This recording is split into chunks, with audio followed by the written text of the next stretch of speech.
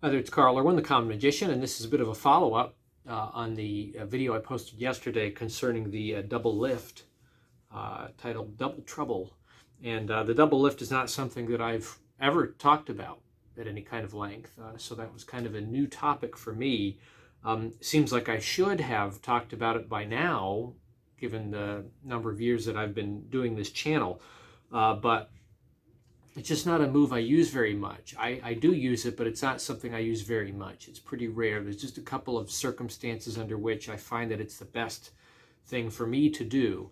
And I covered it. I just gave my few thoughts on the double lift, the way that I use it, the 2 or 3 ways that I employ it, and the reasons why, and left the discussion up to some of you. Just a few of you commented. I'm not going to talk more about the double lift itself. I want to go to the other side of the equation and talk about the alternatives. But I want to premise this with the understanding that I'm not suggesting here that you can just replace the double lift with alternatives, and that you can use kind of inferior alternatives just to get rid of the double lift from your repertoire. That's not what I'm suggesting.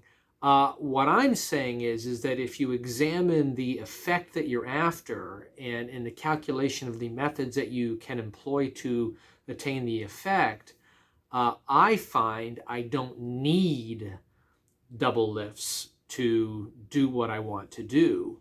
And to choose to do a double lift, in many cases for me, creates more trouble than it's worth in a lot of cases.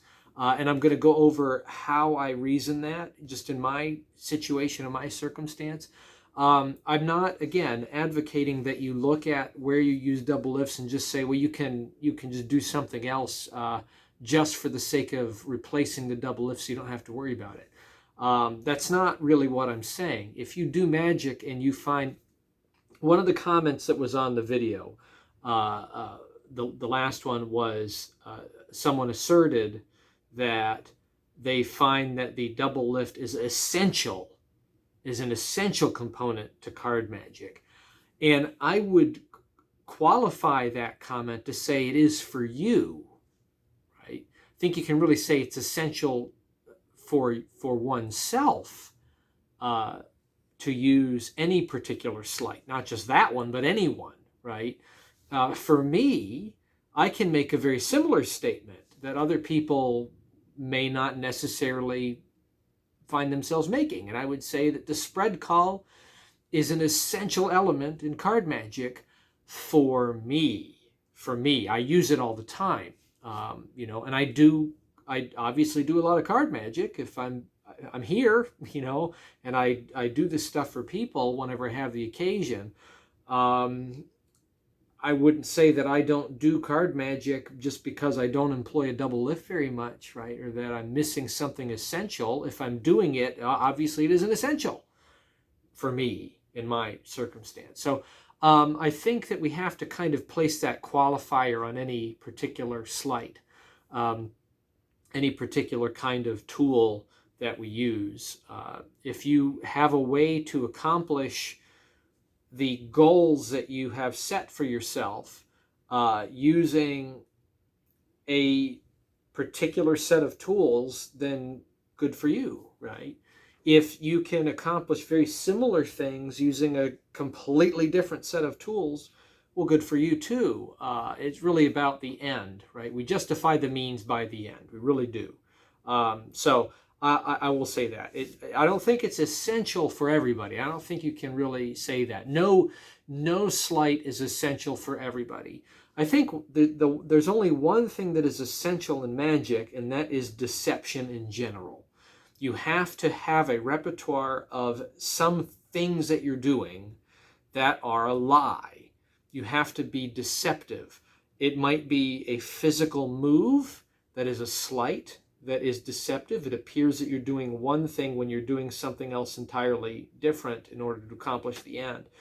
It could be a discrepancy kind of situation, right? Cut the deck. Great. I just want to remind you that you've cut the deck anywhere that you wanted to, and we've arrived at, the ace of spades. Amazing, right? Have this predicted or whatever. So a discrepancy move like the crisscross force, another favorite of mine that I use a lot. It's good for kind of the self-working sort of hands-off magic, which is what I prefer. I don't want to have to touch. I would rather someone else do something and I can make my claim that I've not interfered. And those kinds of discrepancy sort of puzzles can help with that. Now, that's essential to me. There are other people out there that wouldn't ever dare to do a crisscross force. They don't respect it, believe in it for their own reasons, and they would avoid it, or they just find they don't need to, right, do anything like that. So anyway, that's my spiel on that. I don't think we can ever say that any one thing is essential. Harry Lorraine, and I've misquoted this before, misattributed this to other. I think I maybe have. At one time, I misattributed this to Vernon or Marlowe. I can't remember, but it's Harry Lorraine, I think, is the one who really said this. All anybody needs is, and I'll probably get it wrong, a force and a control and something else, whatever, a double lift. I don't know what it is. If you have just three things, specific three things, you can do an endless amount of card magic. Well, I would say if you have any one thing that is deceptive, you can do magic.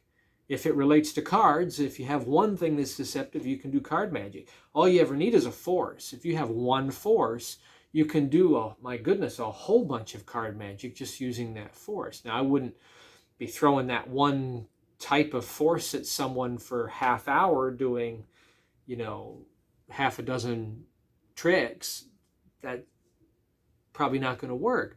But you get the idea. Deception is what is essential. You need to have something that's deceptive, be it a move or some kind of premise that is a lie that allows the effect to work. It provides a method. Okay, so anyway, that being said, I don't use double lifts very much. I usually use other types of moves or scenarios. So what do I use?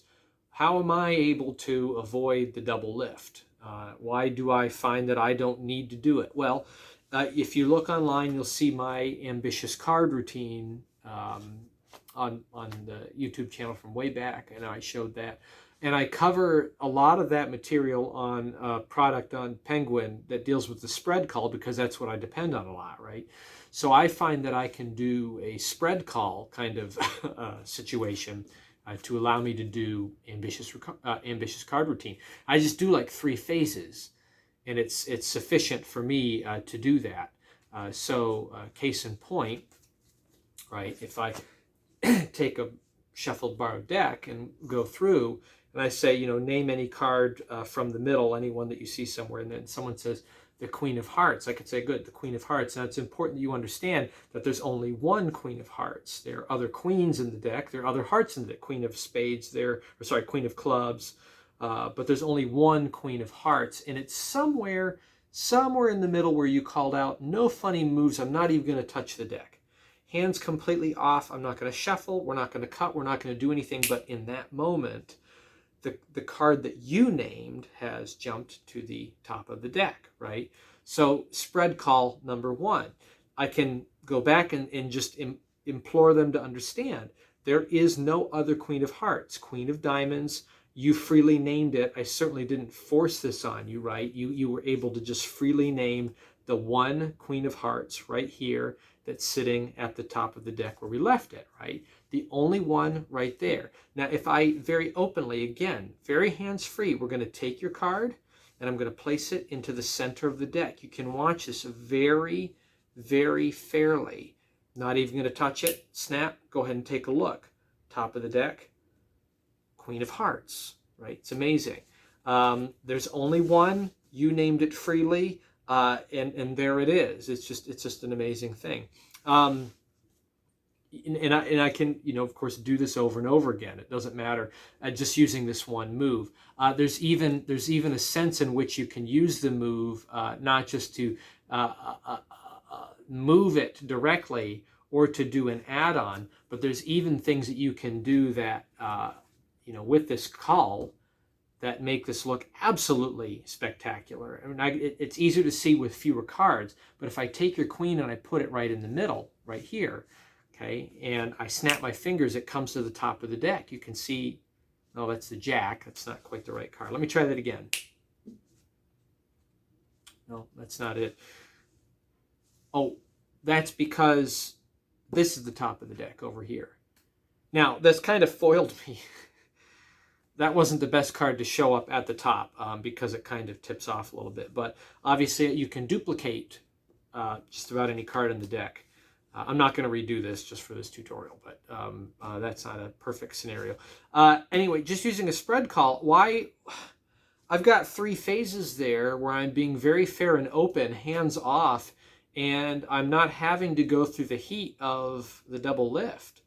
The heat that I have on me is almost non-existent. There's just no heat ever, right? And here's how I justify that. I mean, how many phases of ambitious card routine are you going to do? I know some people do a whole bunch. I mean, they go off and on and on and on and on and on and have all kinds of different things. But for me, 2 or 3 is like, that's enough. We've done it. It's time to move on to something else. And at that point, you're out of double lift territory, because double lift is very, very closely related to that particular kind of trick, because you're dealing with card on top. Here's the card on top. I'm going to take the card and put it in somewhere else. You need to do the double lift there. So I've not used a double lift. I've used something completely different, and I've been extremely hands-off with it, and it's very clean looking, and all I have to do is justify spreading a couple times, and each time I do spread, it's a different scenario. I'm not using the spread the same way every time. I'm using it differently. Every single phase, I'm applying a different use of that tool, and the card of interest is seen in a different location at the beginning of each phase, right? I've already worn out the trick, and I don't need to use it, and there's no heat. Now, let's talk about heat for a minute with regard to this double lift situation. If I were to use a double lift for ambitious card, right? If I were to turn over 2 as 1, right, and show their card of interest, and then lift again and place it into the middle, right? The problem there is throughout the turn, the show, and the turn back over, the heat is on for that entire duration of time. Not only is the heat on for the entire duration of time, but I have to do a move that is completely in the open. And from the beginning of the first move to the end of the second move, they are able to call me out on it and question the situation. When I'm doing the call, there is no heat. Everything is happening behind, and I'm free to abort at any time. There is zero suspicion. There's nothing going on in the open. There's no suspicion whatsoever. The only suspicion I have is at the moment that I turn the deck over and take the card and put it into the middle, right? Once I do, here's my card in the middle, and the way I'm using it, they call out the card that they want. And right now I'm doing the call, but there's no heat. There's no question about what's going on. They saw the card in the middle. I'm merely spreading. They can see the very top of the deck. Now, I'm not making a point of it in this phase, but intuitively it's there. They know their card is in the middle. There is nothing to question. There is zero heat. I can drop the cards right now, and there is nothing to catch me on. You can't catch me at all right now because of the nature of the move I'm choosing to use. Here's where the heat is at. I close up the deck and I put it down. The heat was there and now it's gone, and I'm already ahead. There is zero risk in this use, and it looks incredibly clean, right? One phase out. Now I've got the card on the top, and it's the same kind of situation. Now, my only issue with doing a spread call for consecutive phases like this is now I'm justifying spreading the cards. But is that really that big of a deal, right? If one point I'm having them choose a card, it's a throwaway spread. I don't have to justify that first spread at all because they're calling out a card from the center as directed. The second one, I have a justification because I'm pointing out that there's only one. And now what I'm doing is I'm culling out an indifferent card. Zero heat. There is no suspicion. There's no visible suspicion. There's no question about what's going on. I can stop at any moment and drop the cards, set them down, and I'm not caught. I'm not caught at anyone. They see their card at the top, and I'm still completely free. I can abort at any moment, and there is no heat, right? Here's where the heat is at. Now the heat is on for that amount of time, and now the heat is off. Seconds, right? You don't get that with a double lift. Why in the world would I choose to use a double lift if I can do that? That's my thinking for me, right? Now, someone out there is going to say, well, I want the benefit of having this visibility, right? They want to have the benefit of doing their lift, showing the card, right? Doing their lift and having this visible. They just saw the card turn over right then and there, and now they very visibly see the card come off the top and they see it go into the deck. That's the advantage of a double lift. That's it. And if that's your trade-off and that's what you want, then the double lift is your move. It's the one you want. For me, though, right, when I'm looking at this situation and I'm applying one to the top, here's my visibility. That's the only one in the deck on top, right? It's the only one, and I'm good with that. There's enough continuity of vision for me to be satisfied in applying a spread call in that way. So that's just how I view it. That's how I view it. So I can do a couple of phases like that and still pull it off. Obviously, you could do a shift and accomplish very much the same thing. You could do some sort of a pass or a shift, and that's another application for ambitious card routine. So where else would you use it? If you have to switch cards, swap cards, right? You could use a double lift. But then again, the same kind of situation, I could apply something else. There is that benefit of the double being seen right here, right, in the moment. And then in the, that was a bad double, but again, I don't do it very much. And having the continuity of the turnover and seeing it set down and set aside and very visibly. But again, the heat is on for that entire amount of time. There is heat when it's turned over. I'm stuck in that moment. Someone wants to call me out. I can't abort that. Nothing I can do about it, right? I'm caught red-handed. The heat is on the move. The heat is on when I move it back. And the heat is still on until the point where I get it set down. And then I'm able to show my transposition or whatever. Alternatively, right, I could do other things where the heat is on only in the moment of the move, but not in between, right? Queen of Hearts right here. You probably want to orchestrate this a little differently, right? Queen of Hearts right here. And what we're going to do is I'm going to set it underneath the glass. The heat was only on in that moment, at the moment that I dealt the card. That was the only moment. I can't get caught in that moment, right? You can't really catch me in the middle of a moment like that and catch me red-handed. Once I put that thing down and the glass is on it, I'm where I need to be, right? Transposition has happened and something has switched places. So, a bottom, a second, some other kind of a top change, right? Doing any kind of top change. And one thing about the top change is it doesn't ever have to be quick, right? Some people really talk about a top change being quick, but a top change can be very kind of slow, right? One thing about top changes used slowly is you can really return the card to the deck as if you're setting it down. You can even gesture, if you have that break there, you can always just take the card back out, right?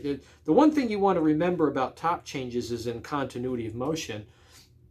I have the card, I have it here. What I really want to do is I want to keep the card visible in visibility, and I want to move the deck away from it, right? So I'm moving, I'm passing through, and the continuity of motion needs to stay with the card.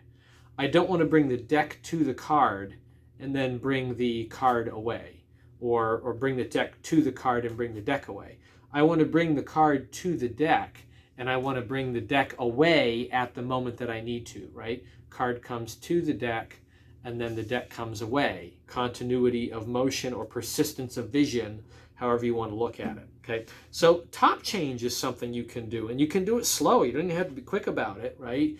Top change is really, used in this manner, is very much akin to dealing a second in a very unorthodox way. It's the same kind of thing. You're just taking the card underneath with the card on top. So there are alternatives where the heat is in a very short period of time, rather than in a I'm sweating bullets sitting here with two cards facing up, right? And I already had to do that move in the open, and now I've got to do the move again, right? There are other ways to not have to be in that situation, and that's just what I prefer. So that's my reason. I have other ways I'd rather do it. Accomplish different goals that don't include a double lift. Now, when do I use a double lift? Well, I have an ambitious card routine. I'm sorry, not invisible deck that I like to do, and my invisible deck routine or trick, using a regular deck of cards kind of in the moment, can employ a double lift at the essential time. So it works like this. Name any playing card, and Ace of Clubs. So let's find the Ace of Clubs here inside the deck, and if we look through, see if we can find your Ace of Clubs. Oh, there's one card facing the wrong way. And it's important to note that there's only one card facing the wrong way, right? All the other cards are facing down, except for this one. And what was the card you were thinking of? What was the one you had? It was the Ace of Clubs. So I do my revelation on the double. So I can, again, spread call my card of interest, and just with that exchange, taking the card out, turn the deck over, set it on top. That's like the only time I really ever use a double lift, and the reason why I use it is because it's kind of the best solution. Now, is the heat on, right? Yes, I've got two cards facing the wrong way, right? But the trick is also over. So I've got that going for me. The trick is done.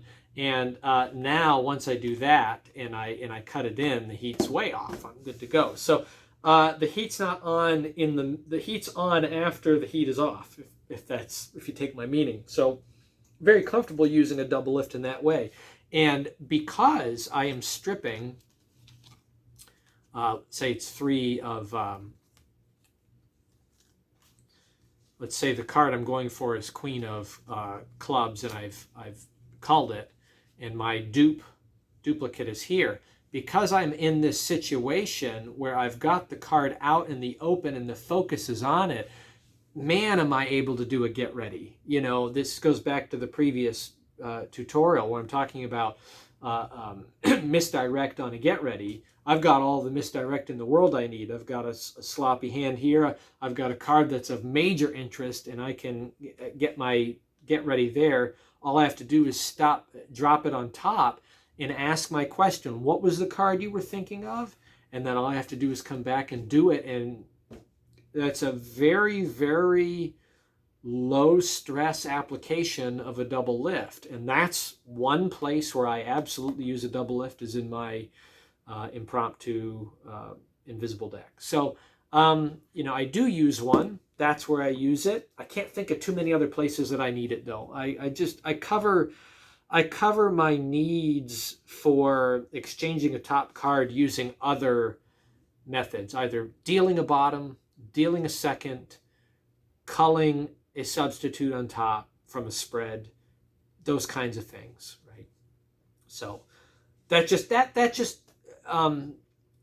that's only an explanation of the way I live.